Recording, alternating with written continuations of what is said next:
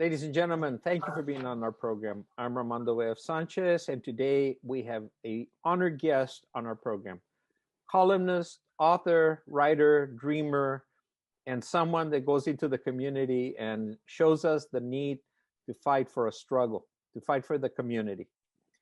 Randy Jurado Ertll is an award-winning published author, educator, and newspaper columnist. He has also served as executive director for well-established, prominent nonprofit organizations. Ertl served as the communication director for the congressional member on Capitol Hill in Washington, D.C.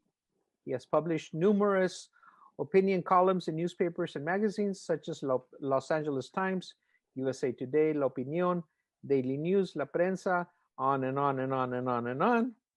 And he has also been interviewed by networks such as NPR, CNN, PBS, Univision, and Telemundo. He's won many awards. He went to Occidental College, known for their writing abilities and skills, and also to Azusa Pacific University. I can't tell you how really honored I have to have Randy on the show, and we're going to talk also about his book here, In the Struggles Chronicles. Randy, thank you for being on the program. Thank you, Armando. I really appreciate the invitation and the opportunity to be on your show. I was really looking forward to it. So thank you.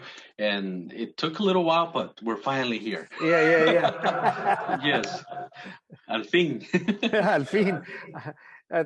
Thelma T. Reina also, she also does Foothills Press and Golden Foothills Press. And she was the one who told me about you. And she says, Armando, you just got to hear his story. So I was just anxious to hear and meet with you today.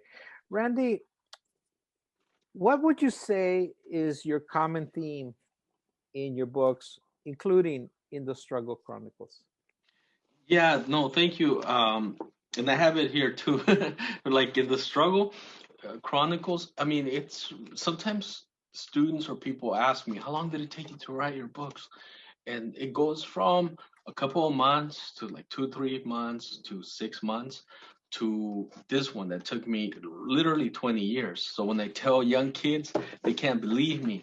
And then I'm like, yeah, 20 years, that's not a long time. And then I tell them, my friend, it took him like 40 years to write his book. And that's really true. It took, Victor Villaseñor, when he wrote Reign of Gold, it took him 40 years. So I'm like, 20 years is half of that. So, so it could be a couple of months, or it could be 20 years, 40 years. Sometimes it takes people 50 years, depending on what inspires them or what process they use. What inspires you? Yes. So to me, it was a way to chronicle our struggles and our history and our political movements. Like I would say from the 90s till the present. So in a way, so that certain events and situations and social movements or individuals wouldn't be forgotten. Because time does tend to forget people. And I used to, when I would give presentations, I would tell students or people like, okay, how long does it take for people to forget when something happened? And of course, sometimes it could be yesterday, but it usually takes 100 years. Like every 100 years, people forget. And I think just by coincidence, that's exactly what happened with the pandemic, like COVID-19, that people forgot that there was the Blue Death or the Blue Plague in 1910, 1911. Like, I see, I even forgot the exact years, but it happened like 100 years ago. And that's why we had forgotten. And then COVID-19 made us revisit the past. Like that 100 years ago, people were going through this same struggles that the Spanish flu. Yes, and they had to wear masks, and millions of people died. So I think that's why it's essential to have literature so that we won't forget what happened 100 years or more or less. You know, I've heard the statement that writers, especially persons like you who write columns and etc., you're sort of the lighthouses. you point out things that are today, and then when you capture our attention, then you remind us how this is connected to history, that it is just a solitary thing. Did you sort of see yourself as sort of that lighthouse and trying to tell people, look for these things, it's going to impact your life? Yeah, it can be like lonely as that lighthouse, because usually they're like out somewhere in the ocean, by the ocean, in the sea, in the dark, right? And I think that they're easy to ignore or to not pay attention to. And I think writers have that struggle or that challenge that people, you could be writing about something, but people may not want to uh, admit it or hear it or see it. And because sometimes as a writer, you write the truth. And I think sometimes it is too harsh for people to process or to admit. So, um, what I've written stuff because even last night, just by coincidence, I was just having random thoughts or memories, and I was remembering, and I'm like, I think I've gotten a few mayors upset, and I was like, I got Mayor Reardon pissed off at me, where he went off like at press conference because I said that he wasn't paying attention to the poor people in like central LA. And then I was like, I pissed off Mayor Villaraigosa because I said he didn't hire enough Central Americans. And then I was like, oh, and I got the mayor of Pasadena upset. So I was like, wow, okay, I've been like getting people upset. And I think that sometimes writing and telling the truth creates a lot of anger at that moment because people don't want to admit it, even though it is occurring. And I think that in hindsight, what I was saying wasn't anything negative or it wasn't like personal attacks. It was more like an observation. And I think now I get to laugh at it, but I remember I was like a little like concerned, that they were getting upset at me, and then they were calling me out by my first name, and I was like, whoa, yeah, exactly, because I didn't want to just be creating controversy just because, I think I was trying to do it in a responsible way, and I think through writing I would um, unintentionally get people upset. It wasn't like I was like, oh yeah, I'm gonna write this to get people upset at me. And I think that it's been a long like journey or lesson that there are prices to pay. It's a big price if you're like a serious writer, and you pay a big price because people get upset and they may not want to forget. Let me see if I understand this. So, if people are reacting of this caliber, policymakers at well-known policymakers, isn't this sort of in an indirect award of your writing abilities, that you have the ability to trigger thought, to change, influence policy? I think so. I think it has hopefully has a ripple effect that it may change policy. But politicians can have vendettas or grudges against people because they want people to mainly say positive things about them. And that's what I've learned about human nature and elected officials, that they want people to be very flattering. And I think they get used to that. So if you um, call them on things like I did with even including W. Bush, I wrote columns that I would call him on immigration issues and other issues.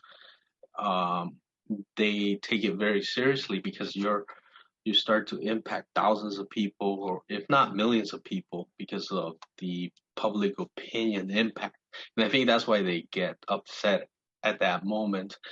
And some, I think, are mature enough or professional enough to understand that, but others may not. They may take it personal, and they may not understand that that's the role of a writer, to Yeah. expose certain things and to make people think. And I think that's why I blame Occidental College to some extent, because Oxy teaches us to be um, activists at heart and by nature, and I think that a lot of people like Ernesto Galarza, he was a precursor of the Chicano movement and of the he influenced, and he hasn't gotten a lot of attention because he was in the 40s, 50s writing about migrant workers and farm workers.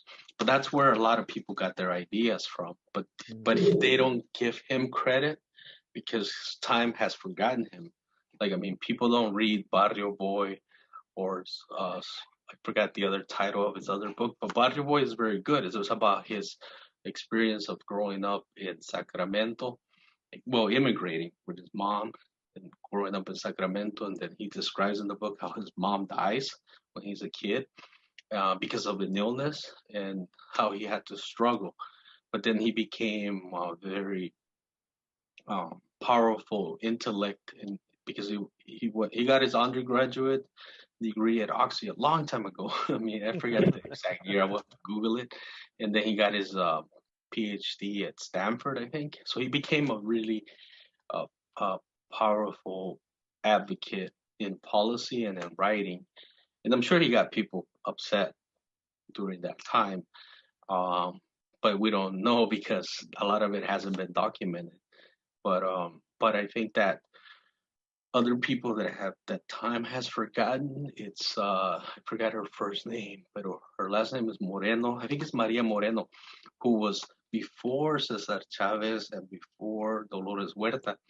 And a documentary that was done a few years ago, just a couple years ago, actually did justice to her because she was organizing in the 50s. She was organizing the farm workers in California, and she was a very powerful lady.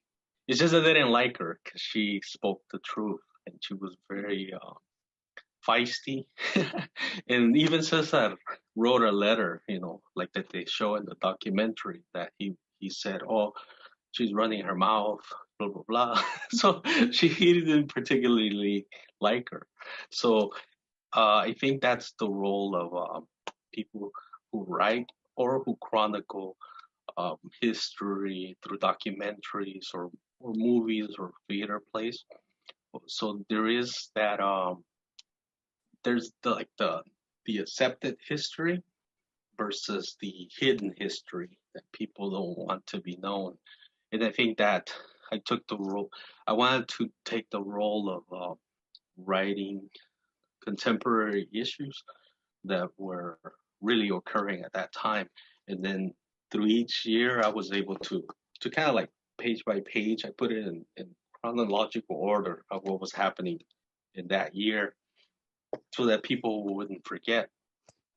But it's interesting to have been there. And I honor you that you did it both in English and in Spanish, and persons have the option of. So you're buying two books actually at the same time. Yes. Given what you know now, and given what you've experienced now as a writer, you ruffle feathers many a times. Do you think you would go back and say, "Gee, I shouldn't have done that. I should have been more low key, or I shouldn't have written that"? Or did you say to yourself, I need to continue this? That the latter, yeah. I told myself and I convinced myself that I needed to continue doing it. And yeah, I didn't get like the big bureaucratic positions, and the big like yeah, sort because that's a price that you pay. Because if you piss off a mayor, they're not gonna appoint you to anything, or you're not gonna get hired or this or that, because that's the problem with politics, that it's very transactional. You give me money for my campaign, or you say great things about me, and then the favors are returned. And that's why a lot of times the social justice doesn't occur or get implemented, because it's more like superficial stuff. And so to me, it was like a conscious decision that I made that I would continue writing what I felt was, um, I would say, objective and opinionated, because that's what gives sabor to the columns. You know, if you're an opinion writer, that's why they're called opinions, because it's your opinion. And then I learned that we're all entitled to our opinion, and that's the fundamental thing about the First Amendment and the U.S. Constitution. That's what we fought for, right? To have freedom of expression, freedom of assembly, freedom of the press, and I think that the recent challenges have tested that fundamental right, because a lot of times uh, it, people started.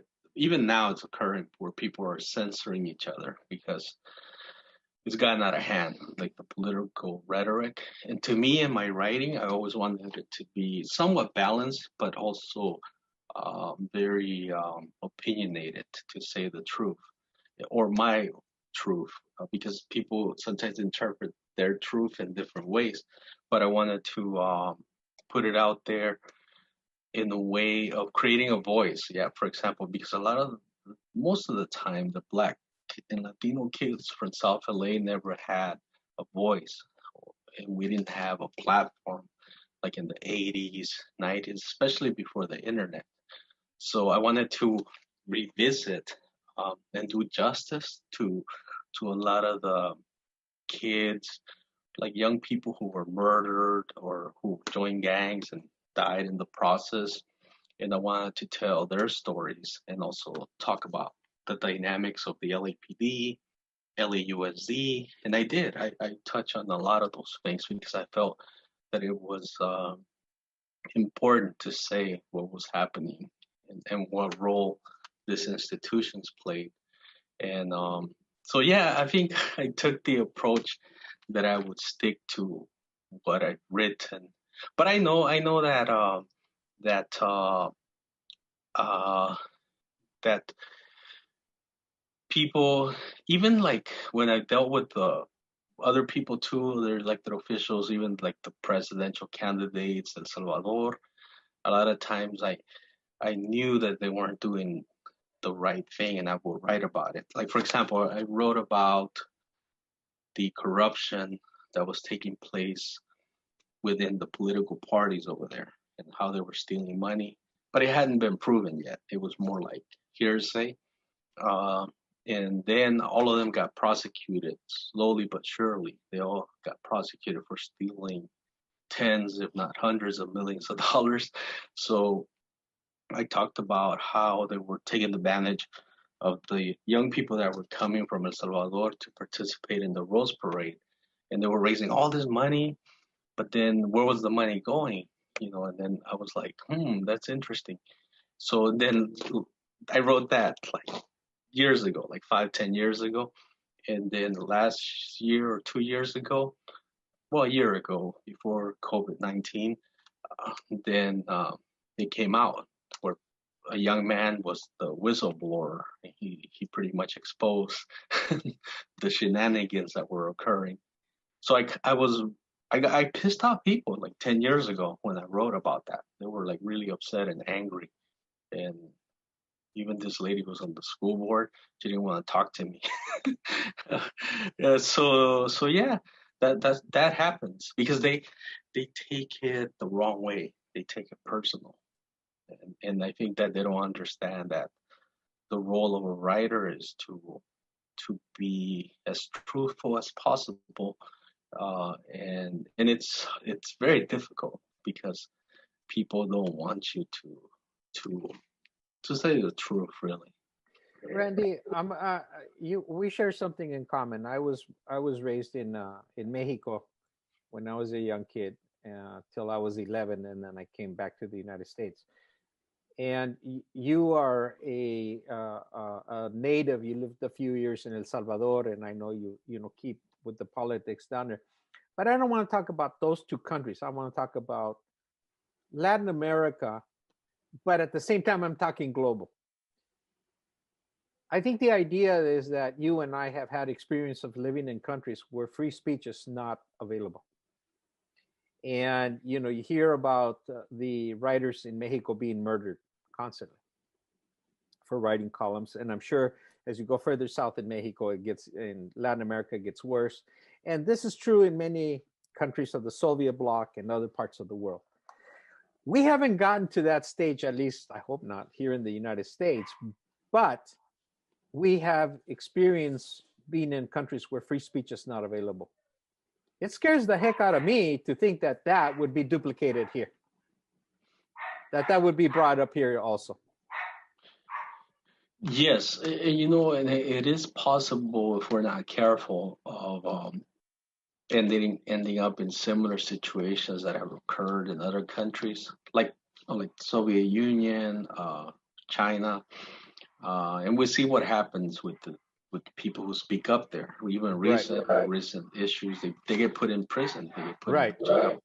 So I think that here, this was a litmus test just recently whether we were going to go in that direction, and we're still like struggling. We're like kind of like fighting as a country, and that's why the last book that I wrote, it's a novel I titled The Race Wars, because I wanted to talk about race issues and also COVID-19 and other issues too. So I write nonfiction and fiction, and then I felt that a lot of times you could say the truth through fiction because people will enjoy it more.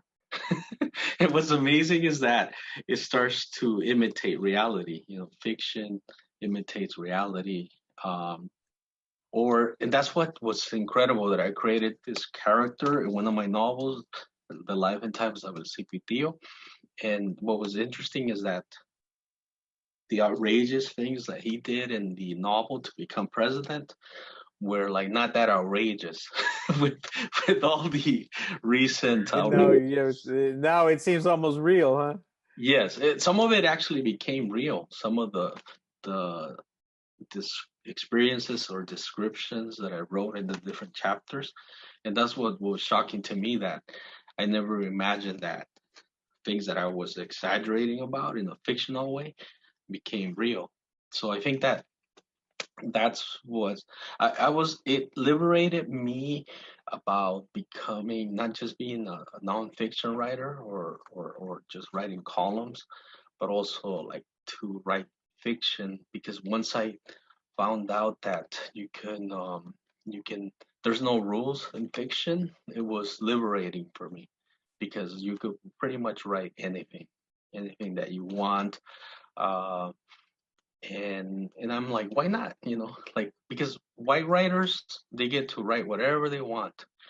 But what's interesting to me is that for some reason there's rules uh, that are applied to us, as Latinos, where they say, oh, you can't write about that. And then I'm like, why not? Why can't we? I mean, we have a right to express ourselves too. Absolutely. Randy, before we go on to the next question, could you please provide for our listeners and our viewers the webpage where people can follow you with your ongoing publications and hopefully many of your future ones? Yes. Okay. Thank you. I have my website is www Randy Jurado Ertll .com, and it's right there, like right here. I'll just put it in. Okay.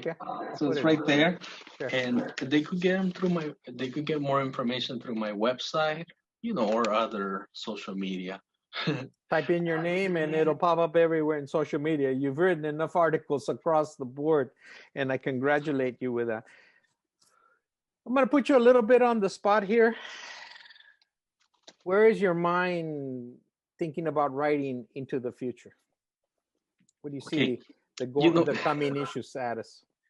Yes, good question, because I'll just do a little show and tell, because I wanted to do the adventures of elcipitio, las aventuras del elcipitio, and this is for like young people, for kids, so that they could have fun reading in English and Spanish, and so that I could create a little superhero for them.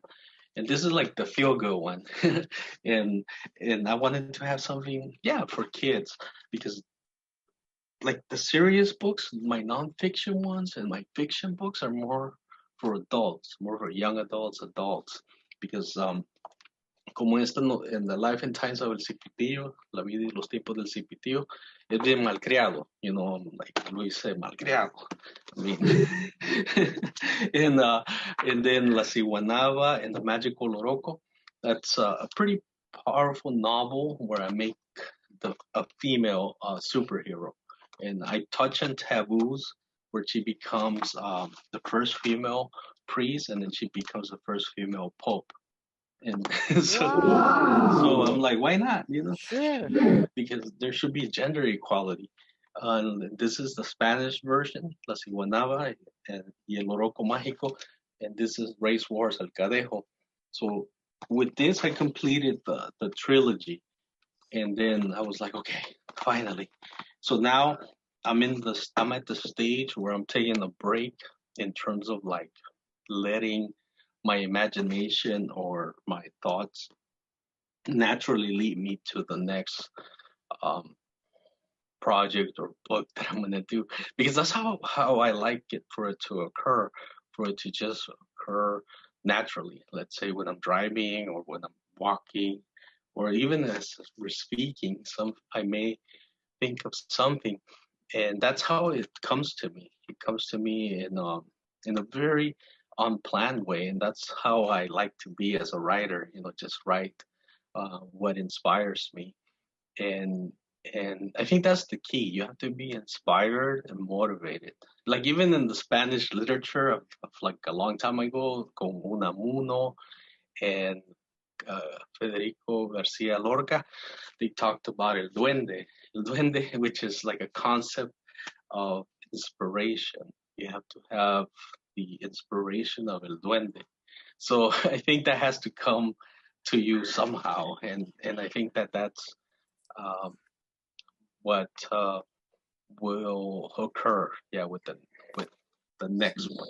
So you leave yourself open to all experiences until something strikes, your real creative juices start flowing, and then it seems to me you're just after that you're addicted to writing. Yes, and that's sort of like what I did, or what I still do with the columns. You know, they have to come to me. Like the last one I wrote, because I haven't written that many because of COVID-19, because it's hard to be inspired or motivated, and it is.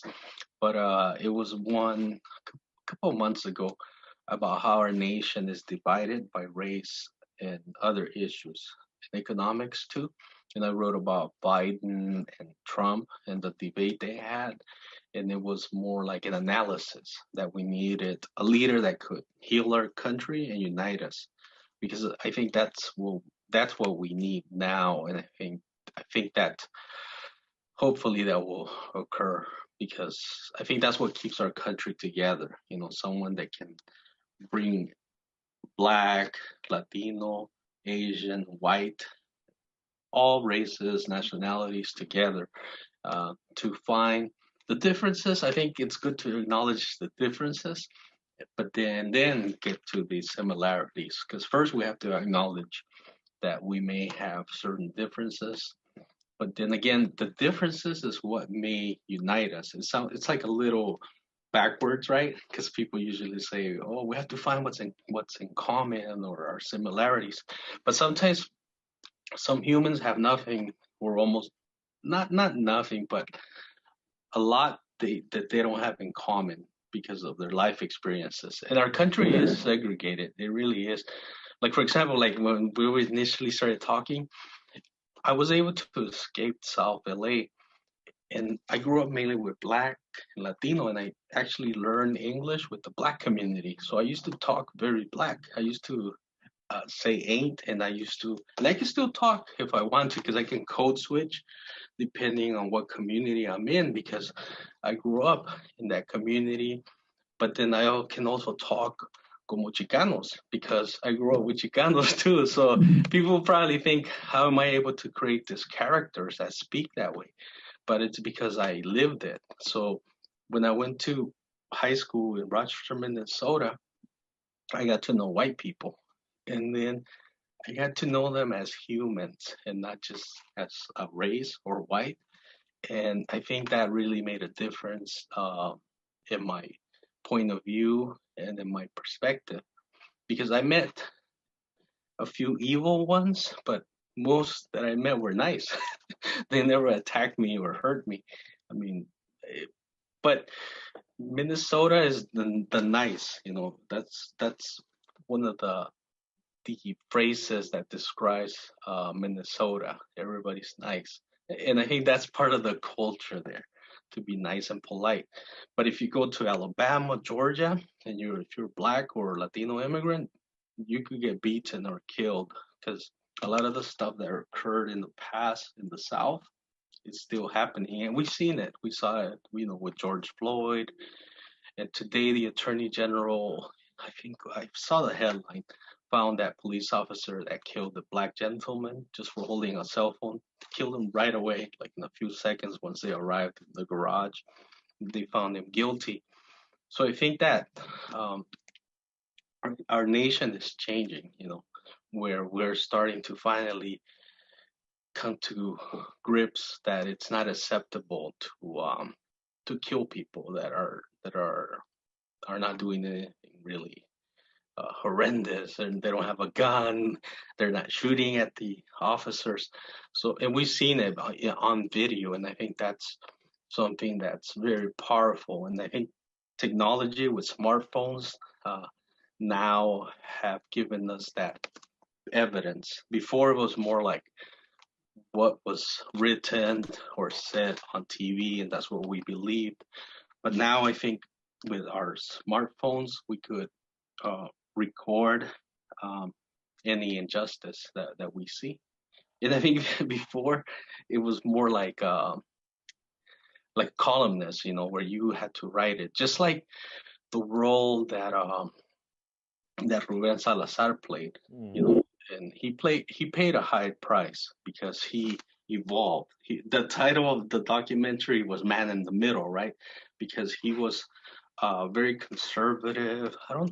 I think he may have been Republican. He lived in Orange County, married a white lady, and then the LA Times loved him because he was a company man. And so he was very así, pues, bien portado.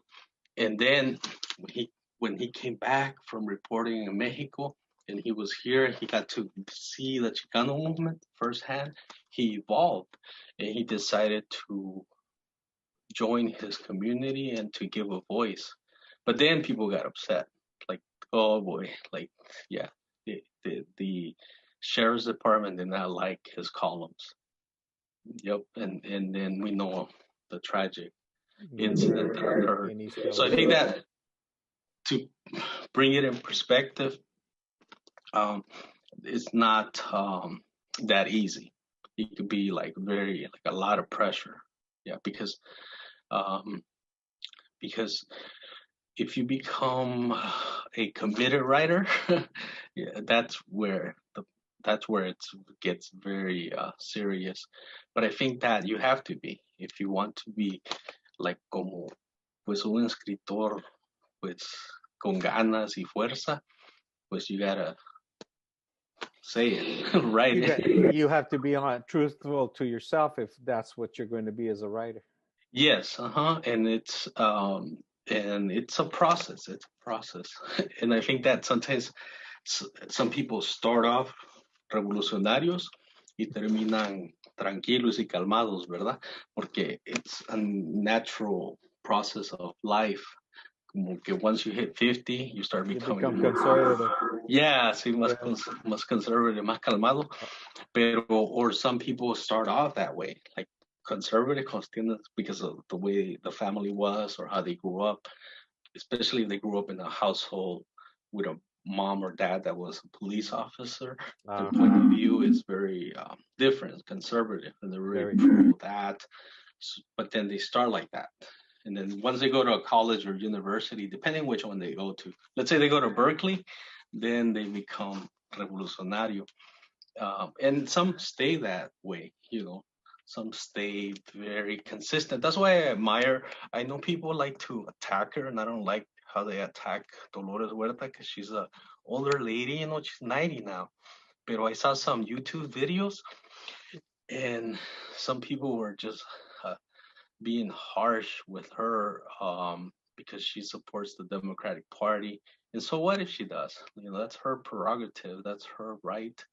Um, and you know, like just how people attack Republicans, or but then I don't think it's fair. And I saw the documentaries too, how they would attack her in the 60s and 70s, and they used to attack her because of her personal life. And I was like, what is that about? You know, why are you attacking her because she has a lot of children? That doesn't mean that that there's anything wrong with that. But they would like make it personal, and and they were attacking a lady that was very committed. I That think was what I'm learning from you is through this interview is that if you're making changes, whether it be through your voice, through your writing, through documentaries, etc., you're going to catch flack from people because you're yes. stimulating change. And Mhm. you know, as strange as it sounds, even today, people don't want change. People want to stay the status quo. And obviously, you as a columnist and all your great perspectives doesn't allow you to be a status quo. You're constantly trying to better, better society, better for it for everyone. So I applaud that for you. Unfortunately, we're running out of time, so I have two things from you that I'm going to request. Could you please one more time mention your website and Oh then yes. your closing statements, por favor?